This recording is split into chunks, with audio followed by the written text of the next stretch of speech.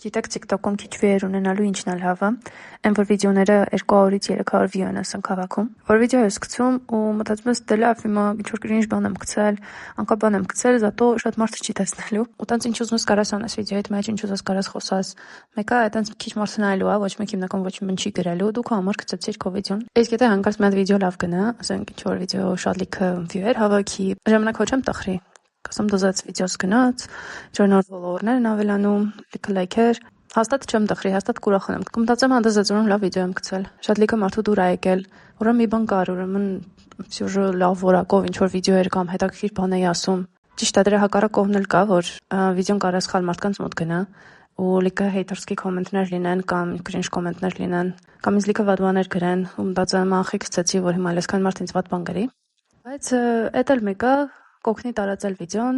կօգնի էջը ցույց տալ։ Ամեն դեպքում ասածս ինչ էր, ես չեմ նեղվում, որ իմ վիդեոները 200-300 հոգի են նայում։ Ես մեկը շարունակել եմ գցել իմ cringe կոնտենտը։ Մինչև իմ շուրջը կհավաքվեն այն մարդիկ, ում համար հետաքրքիր ու օգտակար կլինի այդ կոնտենտը։